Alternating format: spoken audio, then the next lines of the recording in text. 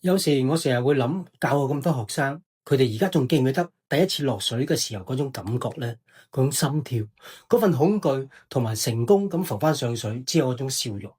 我見過好多學生攞完牌之後去咗世界各地潛水，但係最感動我嘅係佢哋翻嚟揾我度重溫，因為喺 Sea the World 學潛水，唔止係學技術，係有人同你一齊行，一齊成長。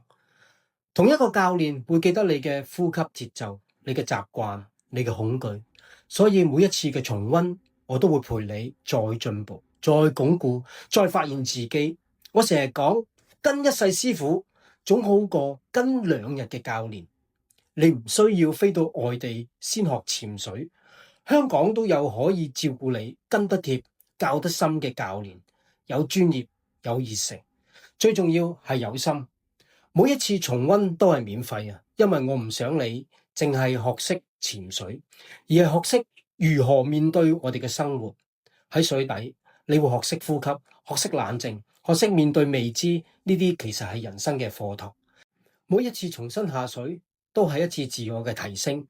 如果你都想再浸翻落水，或者想開始屬於你嘅第一潛，記得揾我，C 的教練，See the world。